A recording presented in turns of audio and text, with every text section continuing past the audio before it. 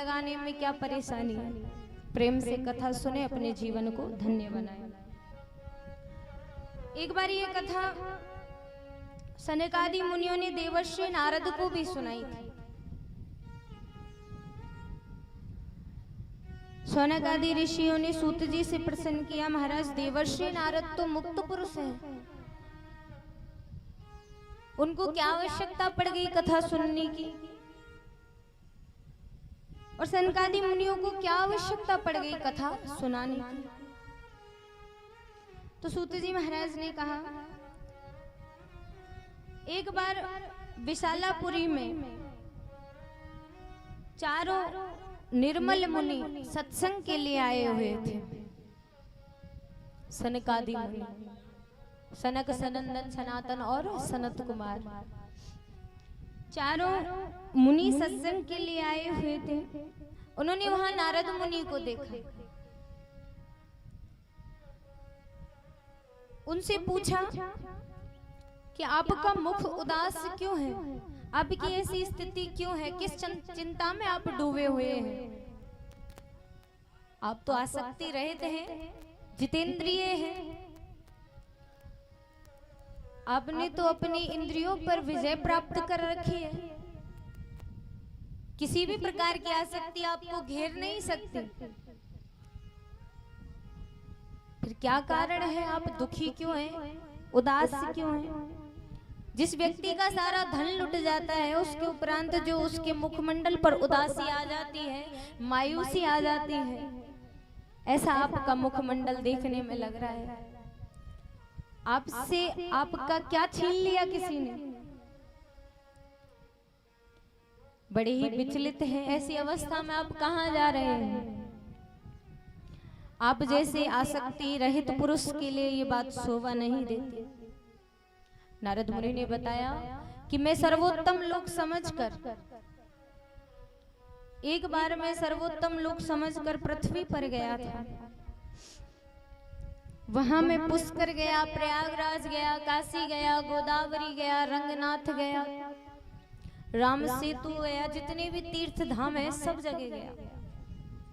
मैंने सुना था संतों के मुखमंडल से कि पृथ्वी लोक पर बड़ी शांति है। मैंने सभी तीर्थों का भ्रमण किया, प्रत्येक स्थान पर गया, लेकिन कहीं भी मेरे हृदय को संतोष नहीं मिला, शांति नहीं मिली। अधर्म के साहब कलयुग ने सारी पृथ्वी को पीड़ित कर रखा है, दुखी कर रखा है। जहां देखो वहां पाप ही पाप है, ना सत्य है, ना तपस्या है, ना बाहर भीतर की पवित्रता है, सबका अभाव है, ना दया है, ना दान है। चारों तरफ असत्य भाषण है, सब झूठ बोल रहे हैं, एक दूसरे की निंदा में लगे हुए हैं, सब जीव अपना पेट पालने में लगे हुए हैं। नारद जी ने बताया जो साधु संत कहे जाते हैं, सबके लिए नहीं बताया महाराज। कुछ साधु संत जो दिखावा करते हैं उनके लिए बताया कि साधु संत पाखंडवाद में लगे हुए हैं। जिनको हम साधु कहते हैं, जिनको हम साधु मानते हैं, वे कहाँ लगे हुए हैं, पाखंडवाद में लगे हुए हैं। जो व्रत कहे जाते हैं, जो त्यागी कहे जाते हैं, वे स्त्री में, धन में, आदि आदि की आसक्ति में लगे हुए हैं। साधुओं का काम भजन करना, जन कल्याण करना, आप जैसे हम जैसे लोगों को मार्गदर्शन करना, भगवत प्राप्ति कराना। लेकिन वे भी किसी न किसी प्रकार की आसक्ति में लीन है, उनको कोई मतलब नहीं है भजन से। नारद जी ने गृहस्थों के बारे में बताया, घरों में जवान स्त्रियों का राज है, माताजी पिताजी को कोई पूछता नहीं है, साले सलाहकार बने हुए हैं, भाइयों से, अपने भाई बंधुओं से कोई सलाह नहीं लेता।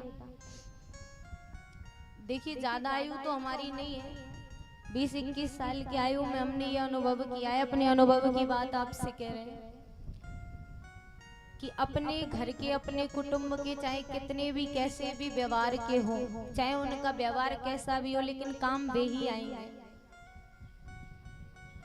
ये जो बाहर वाले होते हैं ना, ये देखने में मीठे मीठी बातें करते हैं, आपको मीठे मीठे वचन बोलते हैं, आपको अपनी बातों में उलझाते हैं,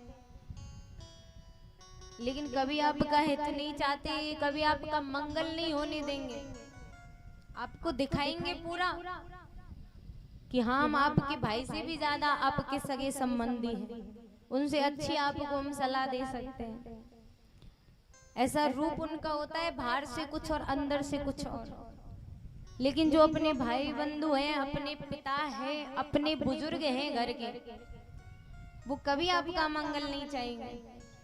हो सकता है उनका स्वभाव क्रूर हो, गुस्से में रहते हो, थोड़ा कड़वा बोलते हो, लेकिन इसका अर्थ ये नहीं कि वो आपका अमंगल चाहते हैं।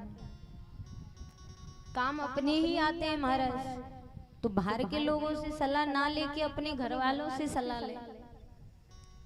बुजुर्गों के बारे में जो कहते हैं ना, अरे तो अनपढ़े क्या जानते हैं, आपका समय गया, मॉडल जमाना है, हमारे हिसाब से चलेंगे, हम करेंगे अपने हिसाब से, आप क्या जानते हैं। तो महाराज आप कितना भी पढ़ लीजिए, कितना भी आप ऊंचे से ऊंचे पद पे चले जाइए, कुछ भी प्रतिष्ठा आप प्राप्त कर लीजिए, लेकिन जो ज्ञान बुजुर्गों के पास है वो आपको कभी प्राप्त नहीं हो सकता। उनका अनुभव है, उनके साथ पूरा जीवन निकल गया उनका अनुभवों में। बहुत से बुजुर्ग ऐसे हैं, हमें मिलते रहते हैं, बड़ा ही सम्मान करते हैं हम हृदय से बुजुर्गों का, हमें बड़े प्रिय लगते हैं बुजुर्ग। कारण है महाराज पढ़े लिखे नहीं है, उनको हिंदी भी नहीं आती, लेकिन उनको वेदों का भी ज्ञान है, ये बहुत बड़ी बात है। गे दोस्त से मेरी सेटिंग करा देना। चल हट, अगर गे